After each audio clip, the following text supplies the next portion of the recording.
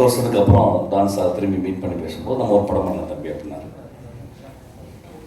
அப்போ நான் கதையை சொல்லலை அவருக்கு. ஆக்சுவலாக இல்லை சார், நான் 10 வருஷத்துக்கு முன்னாடி ஒரு கதை சொன்னேன், அந்த கதை உங்களுக்கு ஏன் பிடிக்கலன்னு எனக்கு தெரியும். ஏன்னா 10 வருஷத்தில் நான் புரிஞ்சுக்கிட்ட ஒரு விஷயம் யார்கிட்ட போய் என்ன மாதிரி கதை சொல்லணும்னு புரிஞ்சுக்கிட்டேன். அது ஒரு சின்ன எவல்யூஷன். சார் ஆங்கிலத்தில் பிச்சிங்னு சொல்லுவாங்க. நான் பிச் பண்ணது ரைட்டான கதை இல்லை சார் உங்கள்கிட்ட அப்படின்னு சொன்னேன். இந்த கதையை கடைசி வரைக்கும் இன்றைக்கி வரைக்கும் அவர் கேட்கவே இல்லை. விஜய் சேதுபதி மட்டும்தான் சொன்னேன். நான் எப்பொழுதுமே தானு சாரை நான் உயரமாகவே பார்த்து கொண்டு இருக்கிறேன். நான் சினிமா சேர்றதுக்கு முந்தி அவருடைய படங்களுடைய போஸ்டர், அவர் எப்பயுமே ஒரு தமிழ் சினிமாவின் ஒரு மிக மிக ஒரு ஈஸ்தட்டிக் சென்சிபிளோடு இருக்கிற ஒரு ப்ரொடியூசர். ஒரு நாளைக்கு 2 தடவை என்னுடைய ஆஃபீஸ்க்கு வருவார்.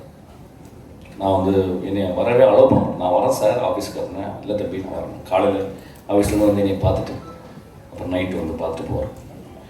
நான் இத்தனை படங்கள் 27 வருஷம் நான் சினிமாவில் இருக்கேன். 18 வருஷம் நான் டேரக்டராக பண்ணி கொண்டிருக்கேன். தானு சார் மாதிரி எனக்கு ஒரு சுதந்திரம் கொடுத்த ஒரு ப்ரொடியூசரை நான் பார்த்ததே இல்லை. ஏன்னா அவர் ஒரு படத்தை அவர் எப்படி எடுக்கிறாருன்னா, இந்த படத்தை பற்றி மேக்ஸை பற்றி சொல்லும்போது, தம்பி ஒரு கதை ஒரு பையன் சொன்னான் தம்பி, அது ரொம்ப நல்லா இருந்துச்சு பாருங்க. He always dreams about stories. அவருடைய இன்டர்வென்ஷனும் பார்த்தீங்கன்னா ஒரு க்ரியேட்டிவ் இன்டர்வென்ஷன் தான் இருக்கும்.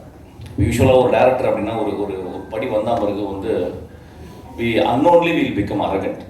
We never listen to some people's counsels. But நான் சின்ன வயசு ஃபஸ்ட் படத்தில் தான் அப்படி கிடையாது. என்னுடைய அசிஸ்டன்ட் டேரக்டர் என்னுடைய முதல் கவுன்சில்ஸ், என்னுடைய ஜட்ஜ்மெண்ட்ஸ் எல்லாமே அவங்க தான் கொடுப்பாங்க. அதுக்கப்புறம் என்னுடைய ஒரு 11 நண்பர்கள் இருக்காங்க உலகளாவி. ஸோ நான் ஸ்கிரிப்ட் எழுதி முடித்தவொன்னு ஒரு 11 நண்பர்களுக்கு நான் ஸ்கிரிப்டை மெயில் பண்ணுவேன். அவங்க படிச்சுட்டு சொல்லுவாங்க. ஆக்சுவலாக எனக்கு இந்த படம் ரொம்ப வித்தியாசமாச்சு. நான் ஒர்க் பண்ணுற ட்ரெயின் படம் நான் எல்லாமே தானு சார்ட்ட சொல்லுவேன். ஏன்னா நான் ஒரு இயக்குனராக மட்டுமே ஒரு 50 லென்ஸில் போட்டுட்டு நான் I'm seeing my world and my world. But ஒரு ப்ரொடியூசராக அவங்க சம்டைம்ஸ் தி வேர் லாங் லென்ஸ், சம்டைம்ஸ் தி வேர் 24 லென்ஸ். ரொம்ப அகலமாக பார்க்கலாம். நான் நேற்று தானு சார்ட்ட நான் சொன்னேன். ஆக்சுவலாக ஒரு படத்தை 3 விதமாக பார்க்கலாம் சார். ஃபஸ்ட்டு வியாபாரமாக பார்க்கலாம். 2வது அதுக்குள்ள இருக்க டெக்னிக்காலிட்டிஸ். 3வது அவருடைய கலைத்தன்மை. சில நேரங்களில் கலைத்தன்மை 3வது, டெக்னிக்காலிட்டிஸ் மிடில்லையும், வியாபாரம் இந்த 3வது ஆயிடுது. ஆனால் இன்றைக்கி ஒரு சினிமா அப்படின்றது ரொம்ப ரொம்ப ஒரு காம்படிட்டிவான ஒரு எக்ஸ்ட்ராடினரி இண்டஸ்ட்ரி. பண்ணால் ரொம்ப காம்படிஷன். ஸோ அதை நிறுத்தி வெளியே கொண்டு சேர்க்கறதுக்கு ஒரு ப்ரொடியூசர் படுற கஷ்டம் நான் கற்றுக்கிட்டேன், நான் பார்த்துக்கிட்டேன். ஸோ இப்போ நான் என்ன பண்ணியிருக்கேன், அந்த ஷிஃப்ட் ஃபஸ்ட்டு ஒரு படம் அந்த படம் அந்த போட்ட காசை அவங்களுக்கு கொண்டாந்து கொடுக்கணும். ஒரு சின்ன லாபமாவது அவங்களுக்கு ஈட்டி கொடுக்கணும். பெரிய லாபம் ஈட்டணும், சின்ன லாபமாவது ஈட்டி கொடுக்கணும். அதுக்கப்புறம் அவருடைய டெக்னிக்காலிட்டிஸ், அதுக்கப்புறம் அவருடைய கலைத்தன்மை. அந்த கலைத்தன்மையை ஒரு நல்ல டேரக்டர் சப்டெக்ஸ்டாக வச்சு யூ கேன் அச்சீவ் தட். நான் எதுக்கு இது சொல்கிறேன்னா, ஒவ்வொரு நாளும் தானு சார்ட்ட சில விஷயங்கள் நிறைய பேர் என்னை பற்றி சொல்லுவாங்க, நிறைய அரகண்டான டேரக்டர்னா. அஃப்கோர்ஸ் ஐ ஆம் in my own way to stick to my creative freedom. But தானு சார்ட்ட வரும்போது ஒரு தந்தை போல் என்னால் அவர்கிட்ட ஷேர் பண்ண முடியுது.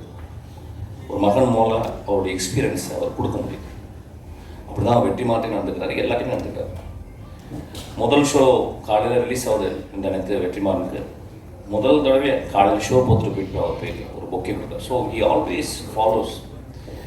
இந்த மாதிரி ஒரு சுறுசுறுப்பாக தானு சாருக்கு என்ன வயசுன்னு எனக்கு தெரியல. ஐ திங்க் 22 வயசுன்னு நினைக்கிறேன். ஆக்சுவலாக இது போல் சுறுசுறுப்பான ஒரு மனிதரை நான் பார்த்ததே கிடையாது. ஆக்சுவலாக எனக்கு வாழ்நாளில் நான் இளையராஜாவை பார்த்துருக்கேன், ஒரு மியூசிஷியன்.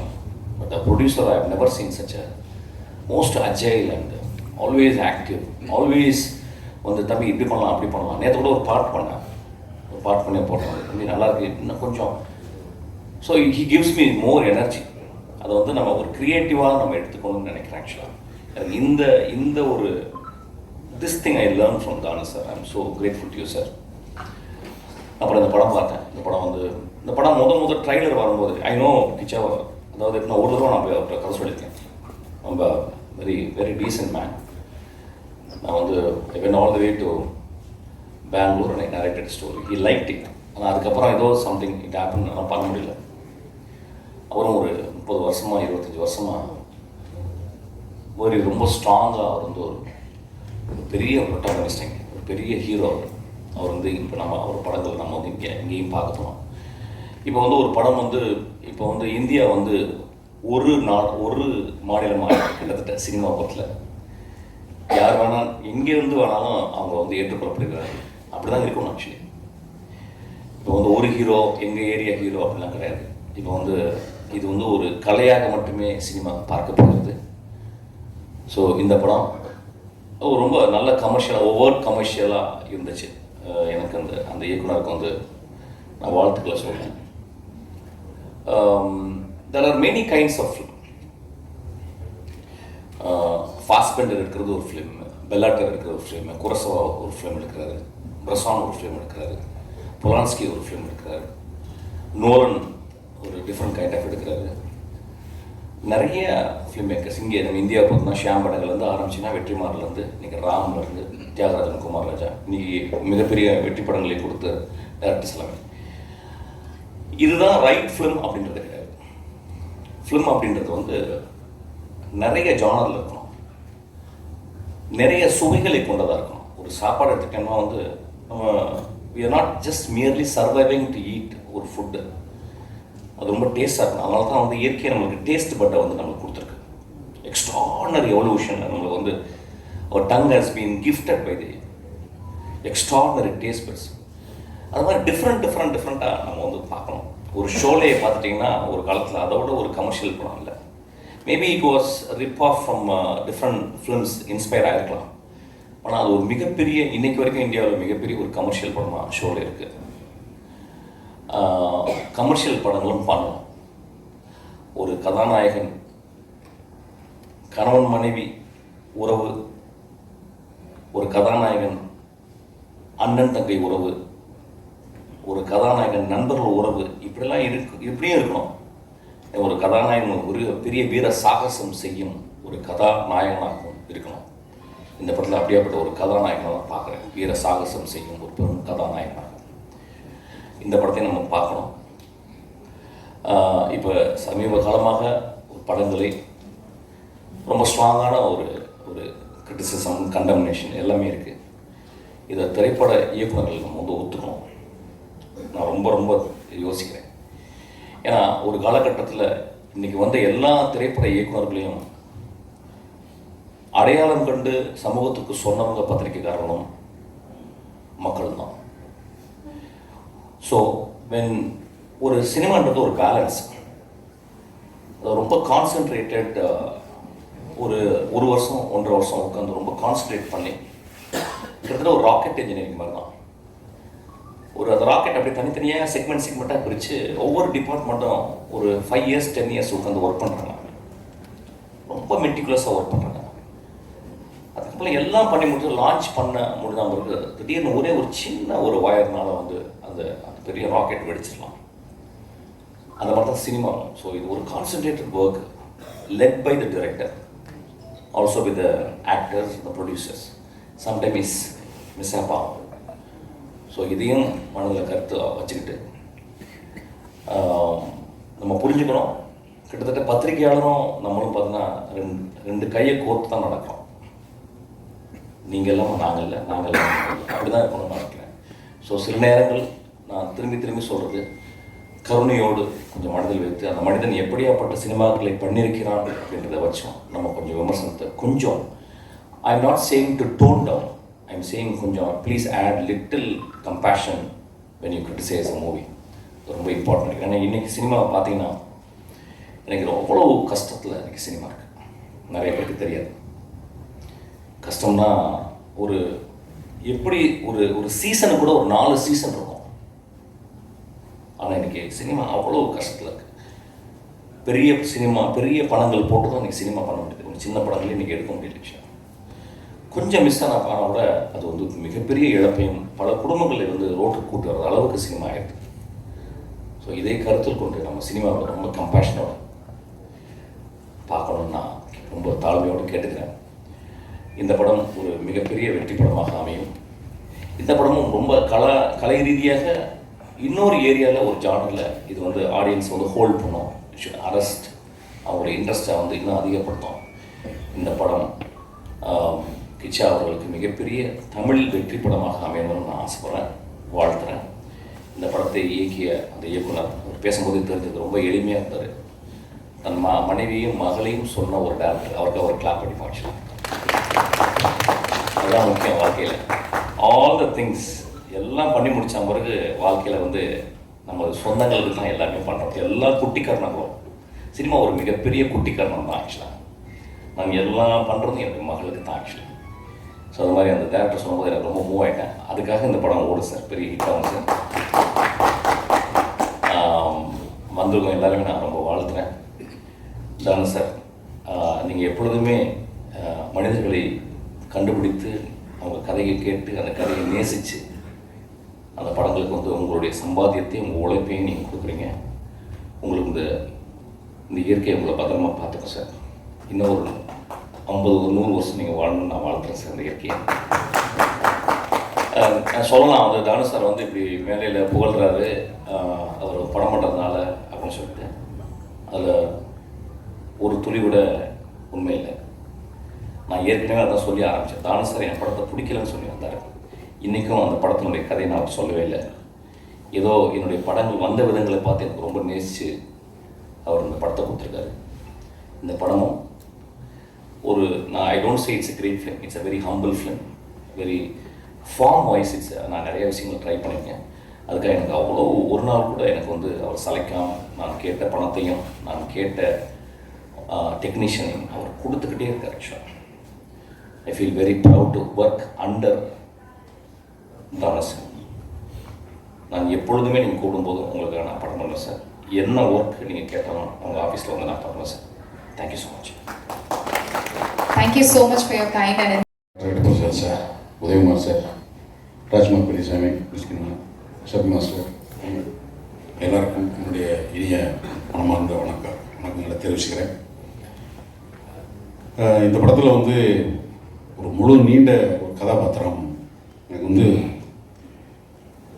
ப்ரொடக்ஷன் மேனேஜர் மகேந்திரன் வந்து திடீர்னு ஃபோன் பண்ணி இந்த மாதிரி தானு சார் கம்பெனிலேருந்து ஒரு படம்னே நீங்கள் வந்து பாப்பா கேளுங்க. இப்போ தம்பி போய் கதை கேட்டேன். ஒரு மாதிரி ஒரு ரா ஃபீலில் ஒரு டோட்டலாக ஒரு டார்க் பேக்ரவுண்டில் இருக்கிற மாதிரி ஒரு நேரேஷன் சொன்னார். அதுதான் இப்போ நீங்கள் பார்த்துருக்க ட்ரெய்லருக்கும் நீங்கள் படம் பார்க்கும்போது கம்ப்ளீட்லி ஒரு காக்கி சட்டக்காரன் இருக்கிற ஒரு எமோஷன், காக்கி சட்டக்காரனுக்குள்ள ஒரு உணர்வற்ற ஒரு ஆள் இருப்பான் அப்படிங்கிறது பொதுவான அந்த டிபார்ட்மெண்ட்டாக தான். பட் அதுக்குள்ளே ஒரு உணர்வு இருக்கணும். தான் கூட வேலை செய்கிறவனை காப்பாற்றுறதுக்கு ஒருத்தர் என்ன புத்திசாலித்தனமாக இருக்கணும், எவ்வளோ போராடணும், அதுக்கு ஒரு பெரிய ஹீரோ தேவைப்படும். இந்த பெரிய ஹீரோ எப்படி இருக்கவர்கள்ன்றத சுதீப் சாரோட உருவத்தை மாத்திரம் இல்லை, அது நான் கொஞ்சம் படத்தோட இந்த பேச்சோட கடைசியாக பேசணும்னு நினைக்கிறேன். தானு சாரை பற்றி அவர் எடுத்த படத்தில் நடிச்சுட்டு அவரை பற்றி பேசுகிறதுங்கிறது வந்து நான் நீங்கள் எப்படி புரிஞ்சுக்கிறீங்கன்னு எனக்கு தெரியல. பட் நான் என்னோட அனுபவம் என்னென்னா, சுந்தரராஜன் சார்கிட்ட ஒரு பேட்டி கொடுத்துருந்தாங்க தானு சார். அது யதார்த்தமாக பார்க்க போகும்போது மணப்பந்தல்னு எஸ்எஸ்ஆர் நடித்த ஒரு படத்தோட 650 ரூபாய் என்னவோ போட்டு வாரத்தில் டிஸ்ட்ரிபியூட்டர் ஆரம்பிச்சு ஏற்கனவே ரிலீஸ் ஆகி ஓடாத படத்தை சும்மா மெட்ராஸில் வந்து நார்த் மெட்ராஸில் ஒரு போஸ்டர் வந்து திரும்பி அந்த ஹிட்டான பாட்டை பூரா அடித்து ஓட்டி அந்த படத்துலேருந்து சம்பாதிச்சு அப்புறம் டிஸ்ட்ரிபியூட்டர் ஆகி ரஜினிகாந்துங்கிற ஒருத்தர் வந்து சினிமாவுக்கு வரும்போது மதுரையில் நான் வந்து 78 என்னமோ நான் 9th ஸ்டாண்டர்ட் அங்கே தேவி தியேட்டர்னு ஒரு தியேட்டர், அந்த தியேட்டர் போய் இல்லை, அது பக்கத்தில் சென்ட்ரல் மார்க்கெட்ன்றது இப்போ நம்ம கோயம்பேடு மார்க்கெட் மாதிரி, அதான் மதுரையோட சென்ட்ரல் பொசிஷன். கண்ணை இறுக்கி மூடிட்டு கையில் ஒரு ஷார்ட்டை பிடிச்ச மாதிரி அப்படி ஒரு ஸ்டில்லு. அப்போ ரஜினி சார் பெருசாக எங்களுக்கு தெரியாது. ஆனால் அந்த வேற ஒரு மாத்திரம் பார்த்துட்டு போயிட்டே இருப்போம். அவங்க எல்லாம் 9th 10th படிக்கிற போதும் அந்த விட்டுருக்கோம். அந்த ஒரு ஹீரோவை இவங்க இப்படி வரப்போகிறாரு அப்படின்னு அவங்க எப்படி கணிச்சாங்க அப்படிங்கிறது பர்சனலாக ரஜினி சாரையும் தானு சாரையும் கம்பேர் பண்ணுறத விட ஒரு சில உருவங்கள் இந்த சினிமாவில் எப்படி போய் பதிய போகுதுங்கிறது, சினிமாவை பற்றி ஒரு தீர்க்க தரிசனமான சிந்தனை இல்லாத ஒரு டிஸ்ட்ரிபியூட்டர்னாலேயோ ஒரு ப்ரொடியூசர்னாலேயோ ஒருத்தனுக்குள்ள இருக்கிற இன்னொன்று கண்டுபிடிக்கிறது கஷ்டம். இதுதான் சினிமாவில் இருக்கிற ஒரு மேஜிக். அந்த மேஜிக்கு நிறையா தெரிஞ்சதுனால தான் நடுவில் இருக்கிற பெரிய நிறுவனங்கள்லாம் நீ தமிழ் சினிமாவில் படம் எடுக்கிறது நிப்பாட்டிட்டாங்க. கண்டினியூவாக படம் எடுக்கிறது தானுசார், சத்யஜோதி ஃபிலிம்ஸ் 2 பேர் தான் எனக்கு டக்குன்னு ஞாபகத்தில் வருது. இப்போது என்ன மாதிரியான வியாபார சூழ்நிலை தம்பி மிஸ்கின் பேசுன மாதிரி எங்கே சிக்கல் இருக்குன்னா, சர்வதேச கம்பெனிகள் வந்து இப்போ நம்ம ஓடிடி அப்படின்னு ஒரு ஏரியா வந்துட்டு கொஞ்சம் கொஞ்சமாக உள்ள ஒரு சின்னதாக கூப்பிட்டு வாங்க வாங்க இந்தாங்க மிட்டாயின்னு கூப்பிட்டு போய் டக்குன்னு ஒரு பெரிய லெவலில் வரும்போது அப்படியே இறுக்கி போட்டு போயிட்டாங்க. ஹிந்தி சினிமாவுக்கு தெரியாது, தெலுங்கு, கன்னடம், தமிழ், மலையாளம் எல்லாம் ஒரு இடத்துல மலையாள படங்கள் சின்ன சின்ன படங்களாக அப்படி போயிட்டு இருக்கு. இங்கே ஒரு பெரிய கேட்டை போட்டு லாக் பண்ணும்போது பெரிய ப்ரொடியூசர் தானுசார் மாதிரி நாணயமான ஆளுங்களால் மாத்திரம்தான் படத்தை எடுத்து ரிலீஸ் பண்ண முடியும். ஏன் நாணயம்னு சொல்கிறேன்னா, நான் ஒரு கேமராமேன் ஒரு படம் வேலை செஞ்சேன். அந்த படம் லேபில் வந்து ரிலீஸ் ஆகிறதுக்கான வாய்ப்புகள் இல்லை. அந்த ப்ரொடியூசர் அனாதையாக நிற்கிறாரு, காசு ஒன்றை தவிர வேறு எதுவுமே துணை புரியாத ஒரு சூழ்நிலை. நாங்கள் பிரிண்டெல்லாம் பண்ணி 37 பிரிண்ட் அப்போ தமிழ்நாடு பூரா ரிலீஸ் பண்ணுறாங்க. 37 print, north Arcot, south Arcot, Chengalpattu. இந்த தலைமுறைக்கு அது இந்த என்எஸ்சின்னு சொல்லுவாங்க. பிரிண்ட் போகிறதுக்கு வாய்ப்பு இல்லை, என்ன செய்யறதுன்னு தெரியல. அதுக்கப்புறம் அவராக அந்த ப்ரொடியூசராக என்ன நினச்சிருந்தால தானுசாருக்கு வந்து ஃபோன் பண்ணுறாரு. அப்போ வந்து ஆஃபீஸ் வந்து டி நகரில் எங்கள் கேமரா யூனியன் ஆஃபீஸ் பக்கத்தில். என்னப்பா அப்படியா, எங்கே இருக்க நீ? லேபில் இருக்கேன். சரி வை, ருக்மாதகன்னு பேர், அவர் லேபில் இருக்கார். நானும் என்ன ஃபோன் பண்ணாங்க, நான் டெலிவரி எடுத்துக்கிறேன் அப்படின்னு போயிட்டு ஒருத்தன் தற்கொலை பண்ணிக்கிட்டு கையிலலாம் தொங்குது, கழுத்தை மாற்ற சூழ்நிலை இருக்கும்போது ஒரு ஃபோனு அவருக்கு என்ன செக் கொடுத்தாரா எதுன்னு கொடுத்தாரு. அது நேராக தானுசார் ஃபோன் பண்ணார். அப்படின்னா நீங்கள் ரிலீஸ் பண்ணணும். அந்த பிரிண்ட் கடை ரிலீஸ் ஆகி காலையில் அந்த ஒரு 5 நிமிஷத்தில் அந்த ப்ரொடியூசரோட ரிலீஃபை நான் உணர்ந்தேன். நான் கேமராமேன், எனக்கு சம்பளம் வருது, அது அப்புறம். ஆனால் ஒட்டுமொத்தமாக ஒருத்தன் தூக்கு கையில் தொங்க போகும்போது ஒரு ஃபோனில் நீ எப்போ கொடுக்க போகிற, அந்த பணத்துக்கு யார் பொறுப்பு, எதுவுமே இல்லை. தானு சொன்னார், ஒரு வாக்கா படம் ரிலீஸ் ஆயிடுச்சு. இதெல்லாம் ஒரு தனிநபர்கள் வர்ற தலைமுறையில் சினிமாவில் அடுத்து எல்லாம் நடிகர்களுக்கு வாரிசு, இயக்குநர்கள் வாரிசு இருக்குது, தயாரிப்பாளர்களுக்கு வாரிசு. தானுசார் பையன் இல்லை. இந்த பிஹேவியர், இந்த நாணயம் தான் ஒருத்தர் கடைசி வரைக்கும் கொண்டு போகும். படங்கள் ஓடாமல் இருக்கும். இதெல்லாம் தானுசார் வந்து நான் பல விஷயங்களை அப்சர்வ் பண்ணதில்லை. இந்த படத்தில் எனக்கு வாய்ப்பு கொடுத்ததுக்கு நன்றி அண்ணா. நன்றிக்காக நான் உங்களை பாராட்டலை. நான் சொன்ன அனைத்தும் வெறும் பாராட்டலை, முழுதும் உண்மை என்பது உங்களுக்கும் புரியும். உங்களுக்கு இதை சொல்கிறேன். இந்த படத்தில் வந்து கேமராமேன் சேகரிச்சிருந்தார். ஏன்னா எந்த படத்துக்கு போனாலும் எனக்கு கேமராமேன் மேலே தான் கான்சன்ட்ரேஷன் இருக்கும். சத்தமே இல்லாமல் சுதீப் சாரோட நிறைய படங்கள் ஒர்க் பண்ணியிருக்காரு. அவ்வளோ சைலண்ட்டாக ஒரு சினிமாட்டோகிராஃபர் வந்து கம்போஸ்டாக இருக்கிறது, அது ஒரு டைரக்டருக்கு ரொம்ப ஹெல்ப் பண்ணும், ப்ரொடக்ஷனுக்கு ஹெல்ப் பண்ணும். என்ன நடந்தாலும் அது தனக்குள்ளே வச்சுட்டு எத்தனை 3 நாள் என்ன ஒரு போலீஸ் ஸ்டேஷன் செட்டப், இது பெரிய ஒய்டு பிளாக். ஏன்னா அதில் வந்து கிட்டத்தட்ட ஒரு 60-70 நாள் அது உள்ளே indoor night of shoot. So ஒவ்வொரு இடத்துலையும் டிஜிட்டல் சினிமா வந்ததுக்கப்புறம் அதை கண்ட்ரோல் பண்ணுறது, அந்த ஹைகெயின் ஒர்க் பண்ணாங்க. டிஜிட்டல் எங்கேயெல்லாம் கொஞ்சம் லைட் இருக்கு அங்கே அதுவாக போய் பிக்கப் பண்ணிக்கிறோம். ஆனால் அந்த மூடு அப்படி இல்லை, இந்த ஸ்கிரிப்டோட மூடு அது இல்லை, அதை கண்ட்ரோல் பண்ணி கொண்டு வரணும். ரொம்ப கம்போஸ்டாக ஒர்க் பண்ணார். ஆர்ட் ரைட்டர் ஒர்க் பண்ணாலும் சரி, என் கூட ஒர்க் பண்ண அந்த படத்தில் ஒர்க் பண்ண நடிகர்கள் அவங்கெல்லாம் பெங்களூர் ஷூட்டிங்கிறதுனால வர முடியல. விஜய் சந்தூர், உக்ரம் மஞ்சுங்கிறவர் சுதீப் சாரோட ஒரு பிக் பாஸ், கனடா பிக் பாஸில் உள்ளே இருக்கார் நினைக்கிறேன். இருக்காரு சார், நல்ல இருக்காரு. அப்புறம் இன்னொரு ஜிஜுன்னு சொல்லி ஒரு டைரக்டர், ஆக்டர், கவிஞர் அவர். அதுக்கப்புறம் சுக்ருதான் ஒரு கேள், சம்யுக்தான் ஒரு கேள். எல்லோரும் இந்த படத்தில் நடித்தாங்க. எனக்கு ஒரு 68 நாள் இந்த படத்தில் நான் ஒர்க் பண்ணது எனக்கு ரொம்ப ஒரு பெரிய எக்ஸ்பீரியன்ஸ். எல்லாத்துக்கும் டெக்னீஷியன் நன்றி சொல்லும்போது கடைசியாக ஹீரோட்ட வரும்போது எப்படின்னா, சில டைரக்டர்கிட்ட, சில கேமரா நடிகர்கிட்ட போகும்போது காலையிலே மைண்ட் அலர்ட் ஆகும்.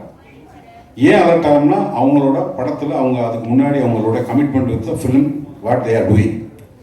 ஸோ சுதீப் சார்கிட்ட போகும்போது அவர் ஒரு நமக்கு பெங்களூர் சினிமாவில் முதல்ல தெரிஞ்சது யாருன்னா ராஜ்குமார் ஐயா. அதுக்கப்புறம் வந்து சிவராஜ்குமார் சார், புனித் ராஜ்குமார் சார். அப்புறம் அவங்க நிறைய சின்ன சின்ன டைரக்டருங்க, சின்ன சின்ன ப்ரொடியூசர். உபேந்திரா கொஞ்சம் மெட்ராஸ் இண்டஸ்ட்ரியில் பெருசாக தெரிஞ்சது உபேந்திரா. அதுக்கப்புறமா யாரோட சப்போர்ட்டும் இல்லாமல் சுயமாக தனியாக ஒருத்தர் வந்ததுன்றது வந்து சுதீப் சார் தான். கன்னடா இண்டஸ்ட்ரியிலேருந்து சென்னை இண்டஸ்ட்ரிக்கு தெரிய ஆரம்பிச்சது, சினிமாக்காரங்க பேச ஆரம்பிச்சது. சும்மா அந்த படத்தில் பேசிட்டு 3 வாட்டி கூப்பிட்டீங்க பாருங்கன்னு பார்த்தா, சேது படம் வந்து சியான் விக்ரமோட உருவம், அந்த தோற்றம் வந்து அந்த கடைசி கிளைமேக்ஸ் சேது படம் பார்த்த ஒரு ஞாபகம் இருக்கும். அது அந்த வைத்தியார் ஆஸ்பத்திரியில் போயிட்டு திருப்பி காதலை தேடி வந்துட்டு செத்ததுக்கப்புறம் திரும்ப அப்படியே போவார். ரொம்ப தமிழ் சினிமாவில் முக்கியமான கிளைமேக்ஸில் அது ஒரு ரொம்ப முக்கியமான ஒரு படம் அது. ஏன்னா சியான் விக்ரமோட உருவமும் அது உட்காருது. நீங்கள் சுதீப் சாரோட நிற்கும் போது நீங்கள் உருவம் பார்த்து இந்த உருவம் அதுக்குள்ளே உட்காந்துருந்தது. அந்த எமோஷனில் ஒரு ட்ராப் குறையாமல் அந்த சங்கிலி போட்டு எடுத்துக்கும் போது எனக்கு ரொம்ப பிரமிப்பாக இருந்தது. எப்படா ஒருத்தர் இந்த படத்தை ரீமேக் பண்ணாருன்னு. சரி, இது முடிஞ்சிருச்சு. கமல்ஹாசன் சாரோட சிப்பி குடும்பத்தை ஒரு ஹீரோ வந்து ரீமேக் பண்ண நினைக்கிறதே ரொம்ப கஷ்டம். ஏன்னா அது அந்த மாதிரி படம் இல்லை. ஒரு அடிதடி சண்டை படம், குத்து வெட்டுங்கிறது எல்லா லாங்குவேஜ்லேயும் அது வந்து யூனிஃபார்மாக பார்க்கக்கூடிய படம். ஆனால் சிப்பிக்குள் முத்துங்கிறது ஒரு மனநிலை சரியில்லாத ஒருத்தன் திருத்துக்குன்னு தாலி என்னென்னு தெரியாமல் கட்டிடுவான். அவனுக்குள்ள ஒரு இயக்கம் இருக்குது.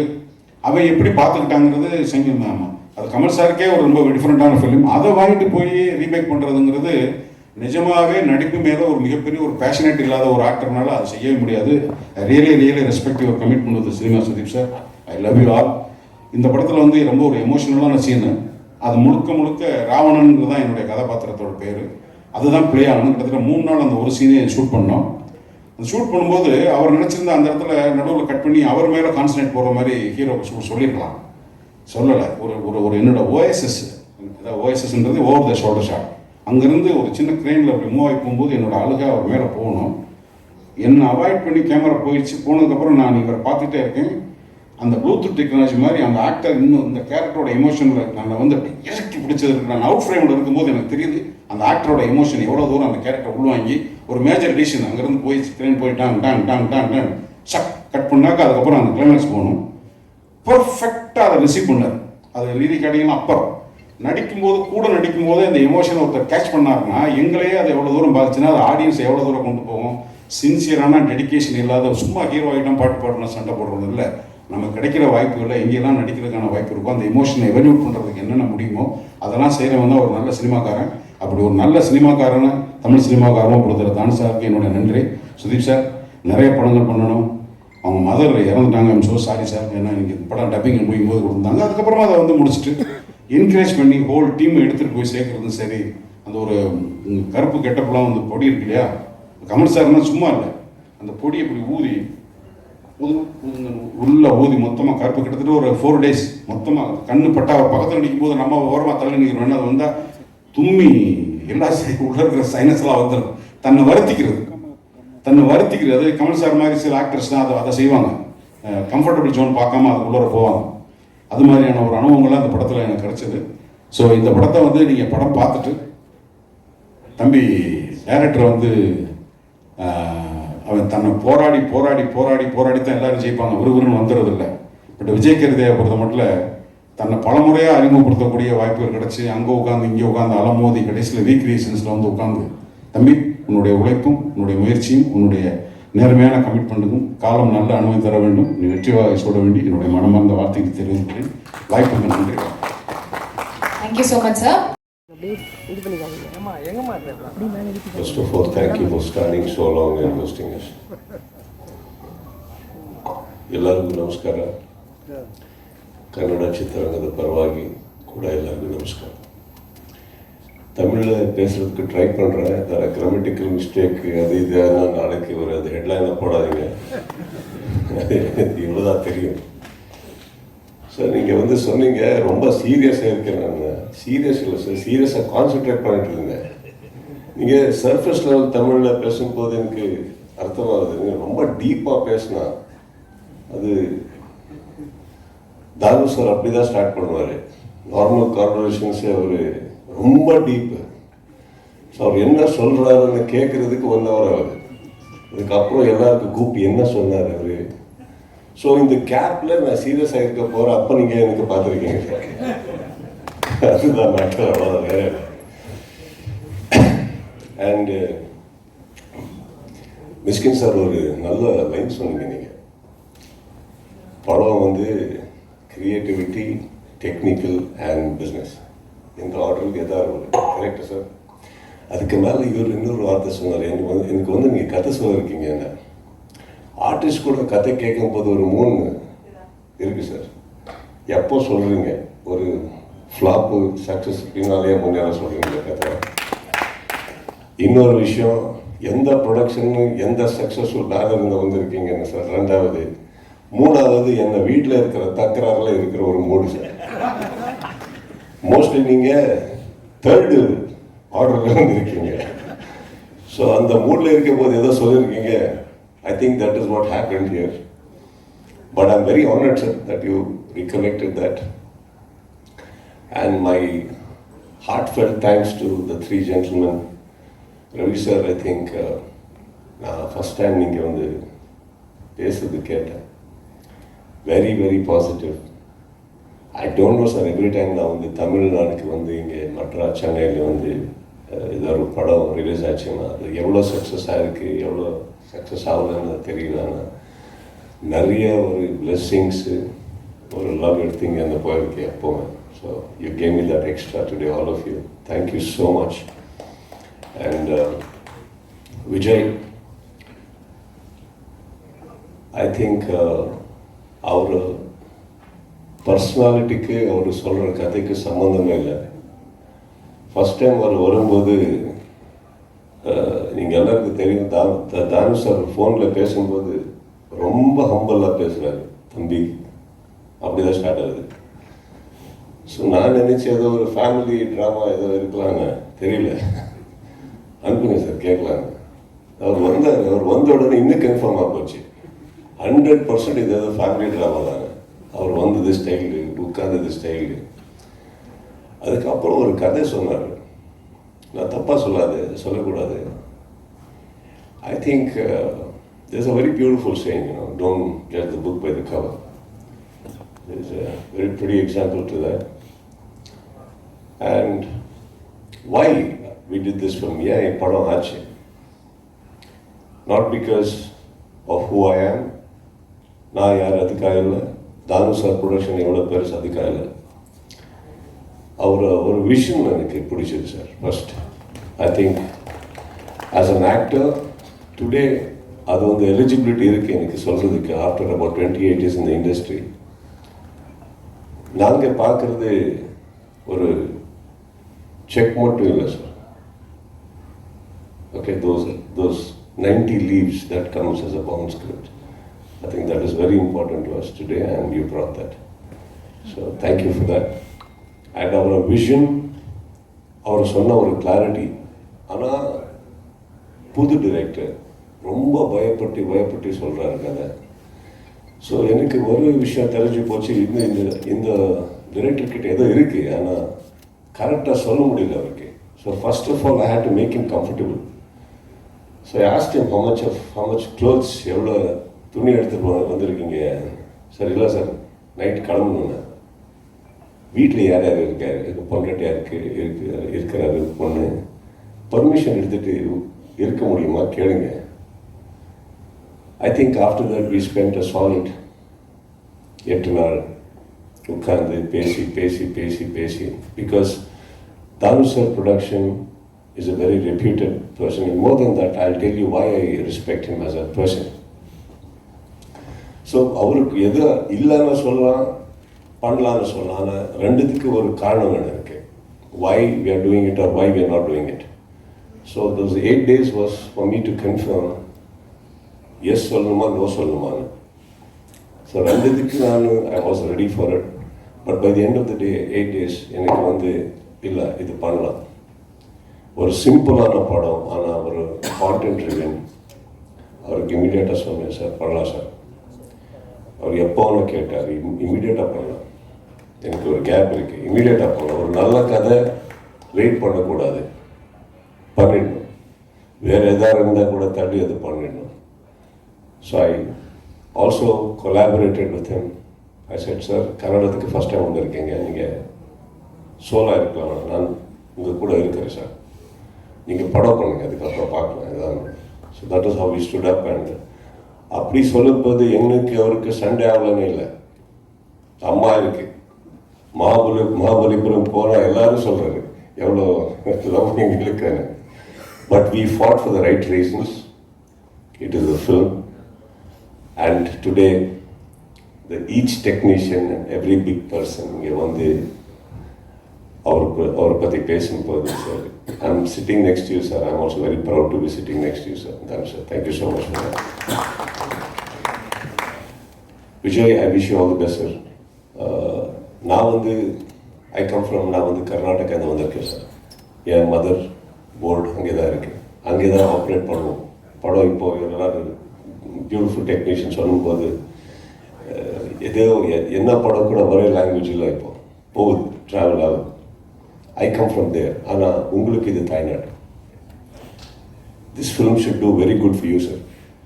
அண்ட் ஒன்ஸ் இட் டஸ், இப்போ இது ரொம்ப நல்ல ஆச்சுன்னா, ரொம்ப பெரிய பேர் வந்ததுன்னா, அந்த ப்ரொடியூசருக்கு மறந்துடாடுங்க. Don't forget him. Okay. So after that I know we all grow sir, but that gratitude is very important. I tell you வை.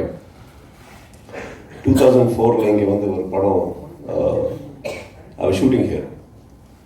அப்போ தானே சார் காக்கா காக்கா little Ali, yeah, it was released.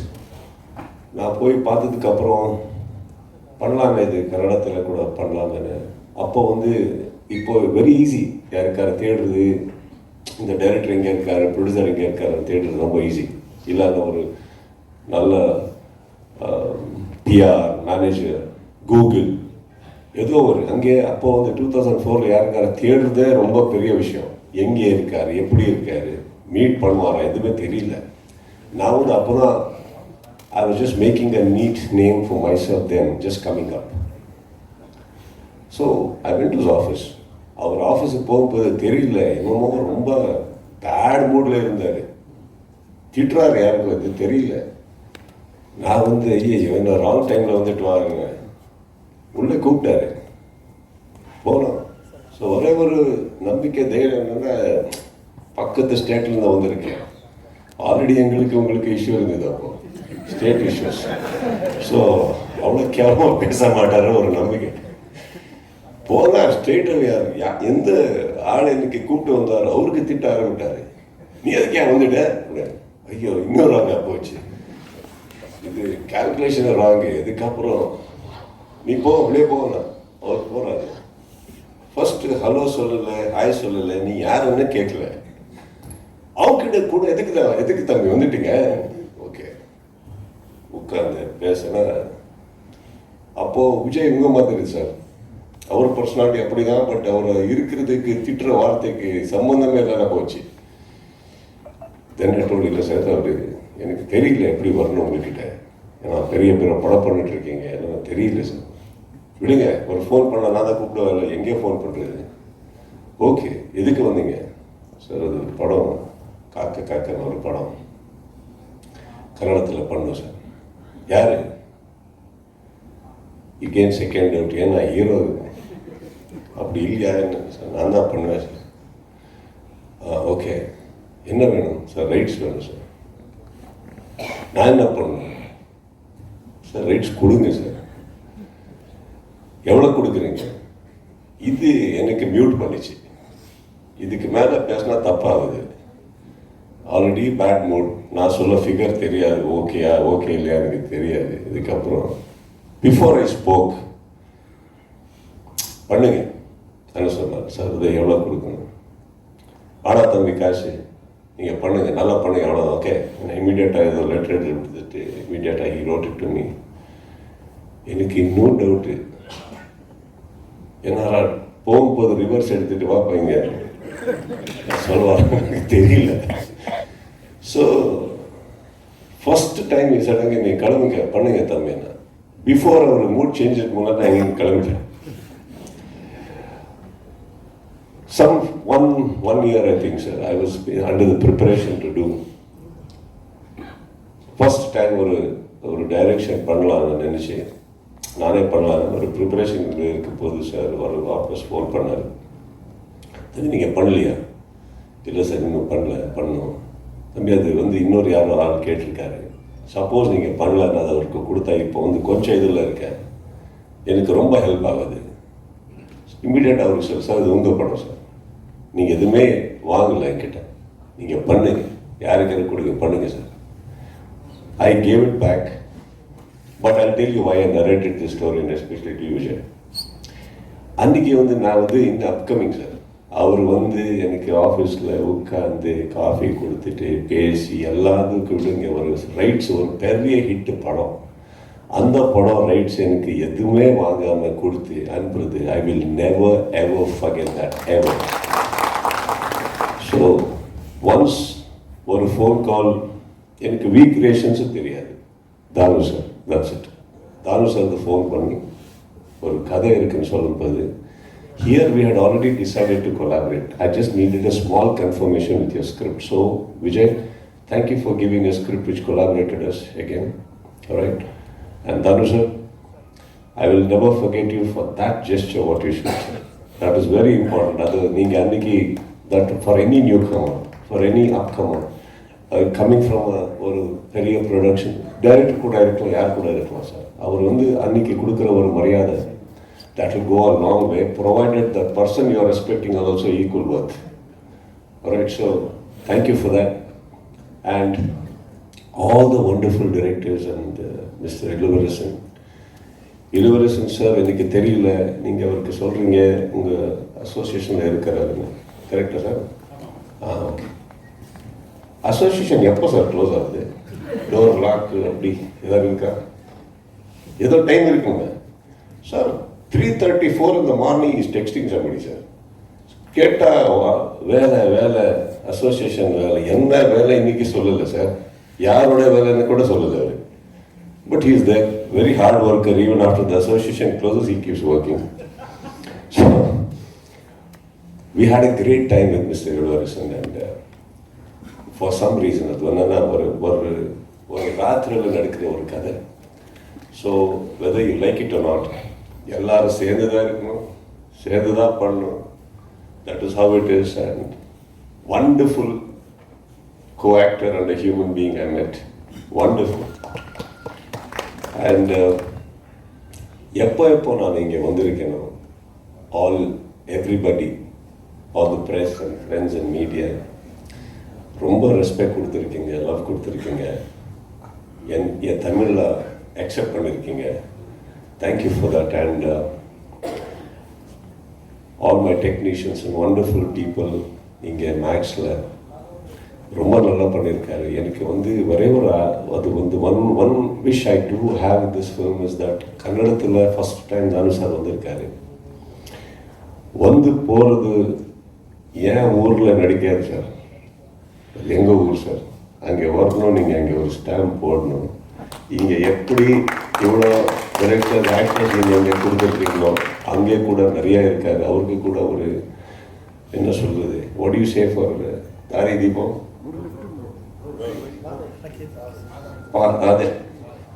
அதான் better. Great maker, a great director, a great storyteller. அது வந்து எல்லா இடத்துல இருக்கிற ஒரு requirements. We are just your product, sir. We are just one paint in the one color in the entire paint what we do. We actors. Thank you all wonderful directors for making us be in your painting, and all of you, thank you once again. My best wishes to the entire team and everyone, and thank you for having me here. Right, thank you.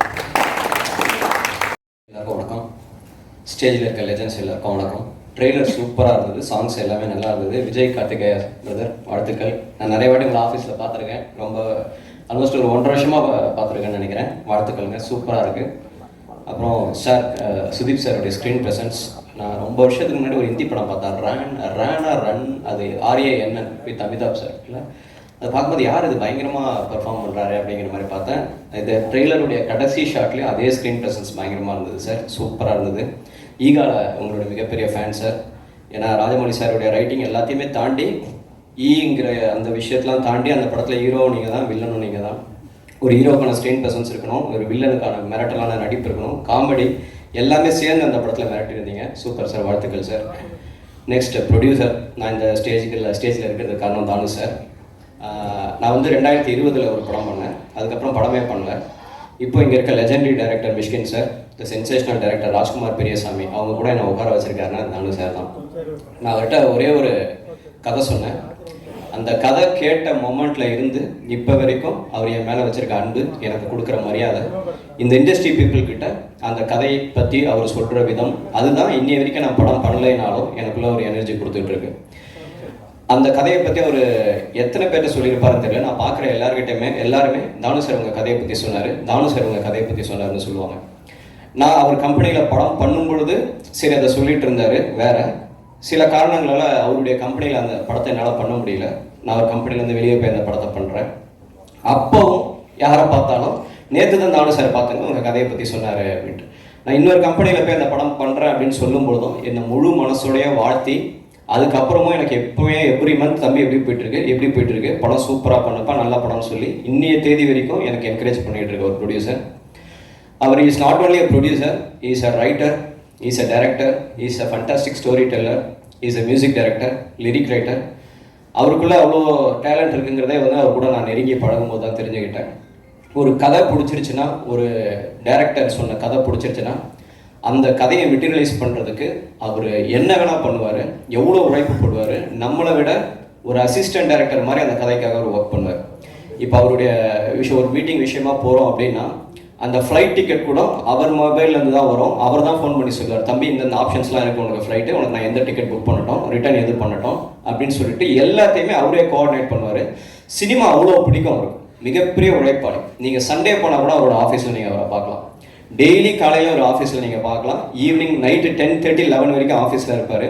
Daily கதை கேட்கணுமா கதை கேட்பார். எல்லாருக்கிட்டையும் உட்காந்து அந்த சினிமாவை பேசி அவர் பண்ணுற படங்களை அவர் செதுக்கிற விஷயம் அவ்வளோ பிடிக்கும் சினிமானா அவருக்கு. நானும் அவரும் இன்ஃபேக்ட் நீங்கள் எல்லாருமே சொல்லிட்டு இருந்தீங்க அவர் எப்படி ஒரு படத்தை மார்க்கெட் பண்ணுவார். நான் அவருக்கு சொன்ன கதை பிடிச்சி போய் அது ஒரு ஆக்டருக்கு சொல்லி அவரும் ரொம்ப பிடிச்சிருச்சுன்னு சொன்னதுக்கப்புறம் ஒரு 2 நாளில் அந்த படத்தை அவர் எப்படி லான்ச் பண்ணணும்னு நினச்சிருந்தாரு, எந்த மாதிரியான ப்ரொமோஷனல் ஆக்டிவிட்டீஸ்லாம் வச்சுருந்தாருன்னு சொல்லிட்டு அந்த நடிகர் பிடிச்சிருக்குன்னு சொன்னோடனே என்னை விட பயங்கர சந்தோஷமாக ஒரு குழந்தை மாதிரி, தம்பி பண்ணுறப்பா அதை செய்கிறப்பா அதை செய்கிறப்பான்ட்டு அந்த கோவிலுக்கு போய் ப்ரே பண்ணி அவ்வளோ ஆசையாக இருந்தார். எதிர்பாராத விதமாக நடக்கல. பட் கூடிய சீக்கிரம் எங்கள் காம்பினேஷனில் வேறு படம் 100% நடக்கும். Is a fantastic producer. So அவருக்காக விஜய் கார்த்திகேயா உங்களுடைய அர்ப்பணிப்புக்காக சார் எல்லாருக்காகவும் இந்த படம் வெற்றி பெறணும். வாழ்த்துக்கள். நன்றி. தேங்க்யூ. எல்லாருக்கும் வணக்கம். மேடையில் இருக்கிற பெரியவர்கள் எல்லாருக்கும் வணக்கம். எனக்கு இந்த ஃபங்க்ஷனுக்கு நான் வர்றதுக்கு மெயின் காரணம் இந்த படத்தோட ப்ரொடியூசர் கலைப்புலி எஸ் தானு சார். எல்லாரும் எல்லாரை பற்றியும் பேசிட்டாங்க. ஸோ நான் முதல்ல தானு சார் பற்றியே ஆரம்பித்து பேசலான் இருக்கேன். ஏன்னா நான் உதவி இயக்குனராக சினிமாவில் என்னோட பயணத்தை துவங்கின போது அந்த படத்தோட ப்ரொடியூசர் வந்து தானு சார் தான். துப்பாக்கி படம் அது. அந்த படத்துக்கு வந்து தானு சார் தயாரிப்பாளராக இருந்தாங்க. தானு சார் வந்து தான் தயாரிக்கிற படங்கள் மட்டும் அல்லாமல் மற்றவங்க தயாரிக்கிற படமாக இருந்தாலும் அதுக்கும் வந்து ரொம்ப, அதாவது எப்படின்னா அவர் வந்து சினிமாவை வந்து தன்னோட கம்பெனியை சார்ந்தது மட்டும்தான் சினிமா, தான் எடுக்கிற படம் மட்டும்தான் படம் அப்படின்னு நிறைய பேர் நினச்சிட்டு இருப்போம். எப்பயுமே ரொம்ப ஃபோக்கஸ்டாக. அது கெட்ட விஷயம் இல்லை, பட் சம்டைம்ஸ் அது ரொம்ப தன் சார்ந்த விஷயமா மட்டுமே மாறிடுது. அப்படி இருக்கும் பொழுது ஒரு பெரிஃபரல் விஷனோட சினிமா மொத்தமும் நம்மளது தான், நம்மளும் அதில் ஒரு அங்கமாக தான் இருக்கும்னு சொல்லி வேற கம்பெனி தயாரித்தாலும் சரி, தனக்கு சம்மந்தம் இல்லாத ப்ரொடக்ஷன் வழியாக சம்மந்தம் இல்லாத வேற ஏதோ படங்கள் இருந்தாலும் சரி, எனக்கு தெரிஞ்ச தானு சார் வந்து என்னோட படத்தோட அனௌன்ஸ்மெண்ட் வந்த நாள், டீசர் வந்த நாள், திருப்பி இன்னொரு டீசர் கொடுத்த நாள், ட்ரெய்லர் வந்த நாள், ஒவ்வொரு பாட்டு சிங்கிள் வெளியிட்ட நாள், படம் வெளியான நாள், படம் வெளியாகி அதுக்கப்புறம் ஓடிட்டு இருந்த நேரத்தில் வெவ்வேறு டைம்லேயும் வந்து ஃபோன் பண்ணி எனக்கு விஷ் பண்ணுற முதல் ஆள் வந்து தானு சார் தான் இருப்பாங்க. ஸோ அந்த வகையில் தானு சார் வந்து ரொம்ப சப்போர்ட்டிவ். அதுக்கு பிரதிபலன் அப்படிங்கிறது என்ன இருக்கும் அப்படின்னா அவருக்கு வந்து இத்தனை பேர் சம்பாதிச்சிருக்காரு அப்படிங்கிறது தான் இருக்கும். அண்ட் நான் இப்போ நம்ம நிறைய பேர் ஆக்டர்ஸை கொண்டாடுறோம், டைரக்டர்ஸை கொண்டாடுறோம் ஆப்வியஸ்லி, பட் ப்ரொடியூசர்ஸை யாருமே கொண்டாட மறந்துடுறோம்னு நினைக்கிறேன். அவங்க வந்து எல்லாருமே வந்து மேடை ஏற்றி வச்சுட்டு அவங்க வந்து ஒதுங்கிடுறாங்க. எனக்கு தெரிஞ்சு நான் இப்போ ஒரு பாலகனாக இருக்கும் பொழுது கிழக்கு சீமையில் மாதிரி ஒரு படம் வந்தது தானு சார் ப்ரொடக்ஷனில். அடுத்தது ஆலவந்தான் எடுத்திருந்தார் சார், காக்க சார் ப்ரொடியூஸ் பண்ணியிருந்தார், துப்பாக்கி படம், தெரி, அசுரன், இப்போது மேக்ஸ், இன்னும் அடுத்து நிறைய படங்கள் பண்ணுவார், கபாலி. ஸோ இந்த மாதிரி தலைமுறைகள் கடந்து இத்தனை ஜெனரேஷன்ஸ் மாறிக்கிட்டே இருக்குது, டைரக்டர்ஸ் மாறிக்கிட்டே இருக்காங்க, ஆக்டர்ஸ் மாறிக்கிட்டே இருக்காங்க. பட் கன்சிஸ்டண்ட்டாக இவ்வளோ பெரிய ஒரு body of work we கிரியேஷன்ஸில் Thanu sir வச்சுருக்காங்க அப்படின்றது வந்து ஒரு பெரிய ஒரு ஒரு ஒரு இன்ஸ்பிரேஷனலான ஒரு ஜேர்னி அது. ஆக்சுவலாக தானு சார் வந்து ஒரு கொண்டாடப்பட வேண்டிய ஒரு ப்ரொடியூசர். ஏன்னா he's been instrumental in many many many peoples careers. இப்போது அமரன் படம் வந்ததுக்கப்புறம் எல்லாரும் சென்சேஷனல் படம், சென்சேஷனல் டைரக்டர் அப்படின்லாம் சொல்லும்போது ரொம்ப சந்தோஷமாக இருக்குது. பட் இந்த படம் வெளியாகிறதுக்கு சரியாக ஒரு வருஷம் முன்னாடி இப்போ நான் அடுத்தது பண்ண போகிற தனுஷ் சார் படம் D55, அந்த படத்துக்கான அழைப்பு வந்து எனக்கு முதல் வந்தது தானு சார் கிட்ட இருந்து தான் வந்தது. எனக்கு நான் அப்போ வந்து ஸ்கெடியூல் பிரேக்கில் இருந்தேன். காஷ்மீர்லேருந்து ஷூட்டிங் முடிச்சுட்டு வந்துட்டு அடுத்து சென்னை ஸ்கெடியூல் ஆரம்பிக்கிறதுக்கான ஒரு பிரேக்கில் இருந்தோம். அப்போ சார் எனக்கு ஒரு ஈவினிங் ஃபோன் பண்ணி காலையில் ஆஃபீஸ்க்கு வர சொன்னார். நான் போனதுக்கப்புறம் அவர் தான் என்னை கூட்டிகிட்டு போயிட்டு கோபுரம் ஃபிலிம்ஸ் அன்புச்செழியன் சார்கிட்ட என்னை முதல்ல அறிமுகப்படுத்தி வச்சு இந்த மாதிரி தனுஷ் சாருக்கு வந்து கதை ஏதாவது இருந்தால் நீங்கள் இவருக்கு நரேட் பண்ணுங்கள் அப்படின்னு சொல்லி அப்படி தான் இந்த ப்ராஜெக்ட் துவங்குச்சு. ஸோ ஒரு படம் வர்றதுக்கு முன்னாடியே ஓகே இந்த மாதிரி ஒருத்தரை யூகிச்சு இப்படி ஒன்று பண்ணலாம் அப்படின்னு அது தன் கம்பெனிக்கான ஒரு விஷயமாகவும் அதை அவர் மாற்றிக்கல. அவருக்கு என்ன ரொம்ப நல்லா தெரியும், என்னை கூப்பிட்டு எனக்கு வந்து அந்த ப்ராஜெக்டை அறிமுகம் தான் படுத்தி வச்சார். ஸோ அந்த மாதிரி அது ரொம்ப தன்னலம் மிக்க ஒரு விஷயமா அவர் எதுவுமே பண்ணலை. ஜென்ரலாக சினிமாவுக்கான செயல்பாடுகள் மாதிரியே இருக்குது அவருடைய ஒவ்வொரு செயலும். இன்னொன்று எனக்கு ரொம்ப நெகிழ வச்ச ஒரு சம்பவம் அப்படின்னா, நான் ஃபஸ்ட்டு பண்ண படம் ரங்கூன். அந்த படம் வந்து தானு சார் கம்பெனியில் தான் பண்ணியிருக்க வேண்டியது. எப்படின்னா, நாங்கள் துப்பாக்கியில் ஒர்க் பண்ணிகிட்டு இருக்கும்போது முருகதாஸ் சார்கிட்ட நிறைய அசிஸ்டன்ட் டைரக்டர்ஸ் இருந்தோம். அதில் ஒரு 3 அசிஸ்டன்ட் டைரக்டர்ஸுக்கு இமீடியட்டாக அந்த படம் முடிஞ்சோன்னே தன்னோட ரீக்ரியேஷன்ஸ்லேயே படம் பண்ணணும்னு ஆசைப்பட்டார். அவர் கூப்பிடவும் செஞ்சார். அந்த 3 பேரையும் ஒரு சர்ப்ரைஸாக வச்சுருந்தார். அந்த சர்ப்ரைஸில் தான் நான் அந்த வாய்ப்பை வந்து நழுவ விட்டுட்டேன். என்ன ஆயிடுச்சுன்னா, சார் வந்து ஏப்ரல் 14 தமிழ் வருஷ பிறப்பு, அந்த வருஷத்தப்போ 3 பேரையும் கூப்பிட்டு ஒரு முன்பணம் கொடுத்து 3 படமாக அந்த துப்பாக்கி படத்தில் வேலை பார்த்த அசிஸ்டன்ட் டைரக்டர்ஸுக்கு நான் படம் பண்ணணும் அப்படின்னு சொல்லி சர்ப்ரைஸாக சொல்லணும்னு வச்சுருந்தாரு. அதில் 2 பேர் கமிட் ஆகாமல் இருந்தாங்க. ஸோ அவங்க அதை யூட்டிலைஸ் பண்ணிட்டாங்க. அந்த நேரம் நான் வேறு சில பேச்சுவார்த்தைகள் போயிட்டு இருந்ததுனால, ஏற்கனவே வேற ஒரு இடத்துல கமிட் ஆகிருந்ததுனால சார் கூட அப்போ ஒர்க் பண்ண முடியாமல் போச்சு. கண்டிப்பாக தானு சார் கம்பெனியில் ஒரு படம் பண்ணணும்னு எனக்கு ரொம்ப ஆசை இருக்குது. நடக்கும்னு நினைக்கிறேன். நடக்கிறப்போ ரொம்ப சந்தோஷமாக இருக்கும். தேங்க்யூ சார் இந்த ஃபங்க்ஷனுக்கு கூப்பிட்டது. எனக்கு கூப்பிட்டதுனால தான் இப்படி விஷயங்கள் நம்ம சார்கிட்ட கூட நேரில் இதை ஷேர் பண்ண மாட்டோம். எங்கேயோ ஒரு இடத்துல ஒரு சந்தர்ப்பம் கிடைக்குது இதை ஷேர் பண்ணுறதுக்கு. அண்ட் அவர் ஒரு விழா எடுக்கிறார், இல்லை அவர் சம்மந்தப்பட்ட ஏதோ ஒரு ப்ராஜெக்ட் வருது அப்படின்னா, I think the entire industry is indebted to him in some way, in some form. அதனால everyone will make it for him. இப்போ இதில் இந்த இடத்துல இவ்வளோ சேர்கள் தான் போட முடியுங்கிறதுனால இத்தனை பேர் மட்டும் கூப்பிட்டுருக்காருன்னு நினைக்கிறேன் சார். அண்ட் இப்போ இந்த படத்துடைய ட்ரெய்லர் அண்ட் சாங்ஸ் பார்த்தோம். விஜய் கார்த்திகேயா இயக்குனர், அவர் கூட இது முதல் படம் அப்படின்னு சொல்லி சொன்னார். அண்ட் ஏற்கனவே ஒரு படம் முயற்சி செஞ்சு அது பாதியில் இருக்கும் பொழுது இவர்கிட்ட வந்து கதை சொல்லும் பொழுது அந்த கதையை இப்போ படம் ஆக்கியிருக்காங்க. ஸோ அந்த வாய்ப்பு அப்படிங்கிறத கொடுத்ததுனாலேயே இது கூட ஒரு முக்கியமான ஒரு செய்கையாக பார்க்குறேன் நான். விஜய் கார்த்திகேயா பிரதர், ரொம்ப நல்லா இருந்தது உங்களோட ட்ரெய்லர் அண்ட் சாங்ஸ். இது வந்து உங்களுக்கு இந்த மேக்ஸ் அப்படின்ற படம் உங்களுக்கு சக்ஸஸ் மேக்ஸ் அண்ட் பெரிய ஒரு ஹிட்டாக இது வந்து மாறுறதுக்கு என்னுடைய வாழ்த்துக்கள். அண்ட் கிச்சா சுதீப் சார், எனக்கு கொஞ்ச நேரம் முன்னாடி தான் தேசிங் வந்து கீழே இருக்கும்பொழுது இந்த கிச்சா அப்படிங்கிற பேர் காரணம் சொன்னார். அதுவே ரொம்ப ஆச்சரியமாக இருந்தது. அது சேத்து படத்தோட ரீமேக் வந்து சார் பண்ணாங்க அப்படிங்கிறதே வந்து அதை நான் பார்க்கல. பட் எப்படி விக்ரம் சாருக்கு வந்து அது ஒரு அடைமொழி பெயராக இன்னைக்கு வரைக்கும் இருக்கோ, அதே மாதிரி சாருக்கும் அது ஒரு அடைமொழி பெயராக அமைகிற அளவுக்கு அந்த கதையும் அந்த படமும் மறுபடியும் அதுக்கு வந்து அவர் உயிர் கொடுத்த விதமும் தான் அந்த பேர் அவருக்கு அமைச்சு கொடுத்துருக்கோன்னு நினைக்கிறேன். அண்ட் ஜென்ரலாக சொல்லுவாங்க ஆன்டகனிஸ்ட், அதாவது படத்தில் வந்து ப்ரொட்டாகனிஸ்ட்டுக்கு ஹீரோக்கு அகெயின்ஸ்டாக இருக்கிற ஒரு கேரக்டர் வந்து ரொம்ப பவர்ஃபுல்லாக இருக்கணும், ரொம்ப பவர்ஃபுல்லான ஒரு கேரக்டராக இருக்கணும், கேரக்டரைசேஷனாக இருக்கணும் அப்படின்ட்டு.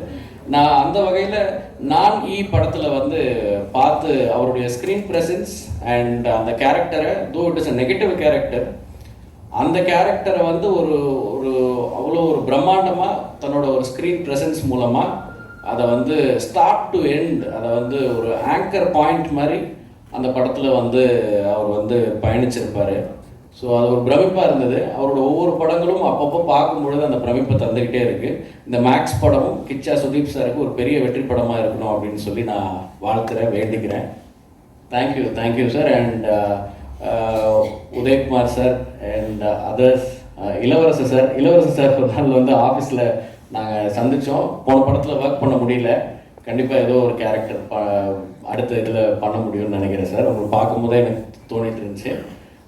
அண்ட் எல்லாருக்கும் வந்திருக்க எல்லாருக்கும் ரொம்ப நன்றி. அண்ட் பத்திரிகையாளர்களுக்கு பெரிய நன்றி. ஏன்னா இதே சத்யம் தியேட்டரில் தான் வந்து அமரன் படம் ப்ரெஸ் ஷோ தான் நான் வந்து ஃபஸ்ட் பார்த்தேன்.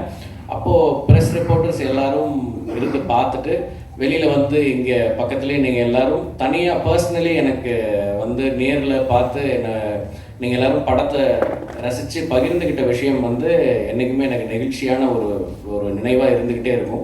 நிறைய பேர் ஃபோன் பண்ணி மெசேஜ் பண்ணி நிறைய பேர் வாழ்த்துனீங்க, ரொம்ப நன்றி. படத்தை இவ்வளோ பெரிய வெற்றி ஆக்கி கொடுத்த மக்களுக்கும் பத்திரிகையாளர்களுக்கும் மிகப்பெரிய நன்றி. தேங்க்யூ. Thank you so much. இனிய நாள் இது.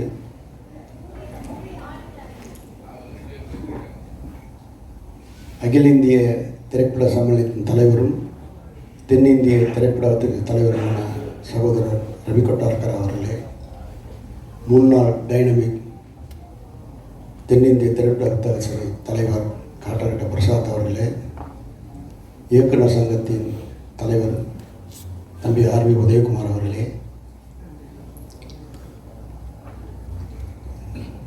சின்ன குழந்தையிலேருந்து எனக்கு ரொம்ப நெருங்கிய பழக்கமாகி இன்றைக்கி என்னுடைய அத்தனை படங்களுக்கும் நடன இயக்குனராக பணியாற்றி கொண்டிருக்கும் தம்பி சோபி அவர்களே, இளவரசை பற்றி சொல்லணும்னா சொல்லிக்கினே இருக்கலாம். அதான் ஆழ்கடல் எண்ணம் அடலேட்டு வலிமை ஏழ்கடல் வண்ணமதை எண்ணத்தில் வடிக்கக்கூடிய ஒரு தம்பி இளவரசு. பன்மொழி திரள் போட்டு நன்மைனா அவர்கிட்ட இருக்கிற கருத்துக்கள் ஏராளமாக வந்து கொண்டே இருக்கும்.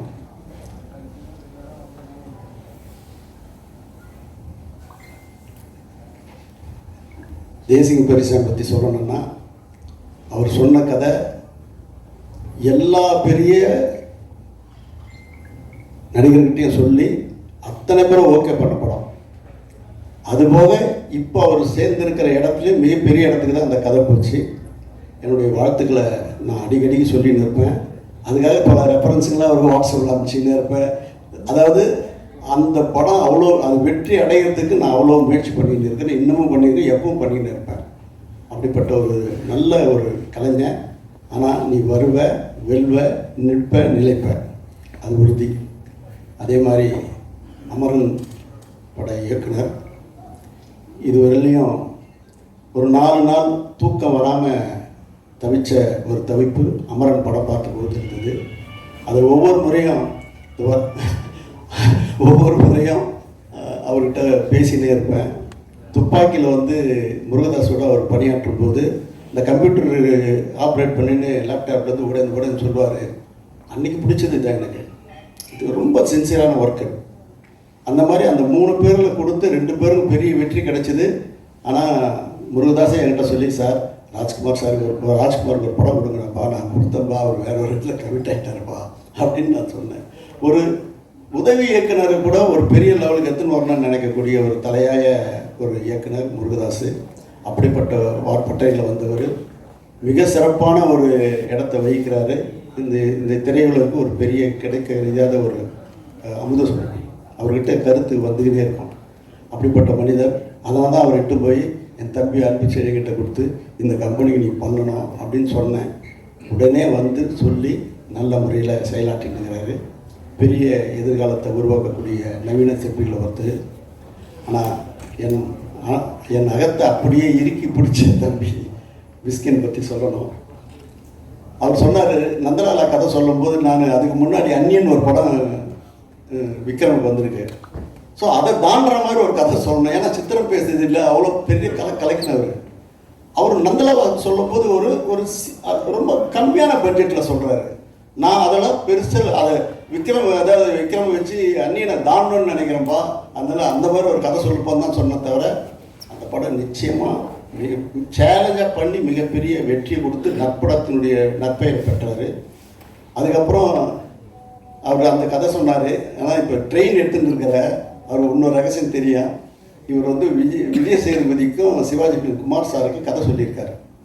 அந்த கதை சொன்னோன்னா அவங்க எனக்கு ஃபோன் பண்ணி, சார் மிரட்டிட்டார் சார், விட்றாதீங்க சார், மிகப்பெரிய லெவலில் ட்ரெயின் வரும் சார், எனக்கு ரொம்ப திருப்தி அப்படின்னு சொன்னோடனே நான் தம்பிகிட்ட தம்பி எனக்கு நீ கதை சொல்லவே வேணாம், நீ படம் பண்ண அப்படின்னா அந்த ரகசியம் இப்போ தான் சொல்கிறான். அவன் ஆல்ரெடி எனக்கு ஒவ்வொரு நாளும் ஒரு உணர்ச்சி பிரவாகமாக இருக்கக்கூடிய ஒரு மனிதர்.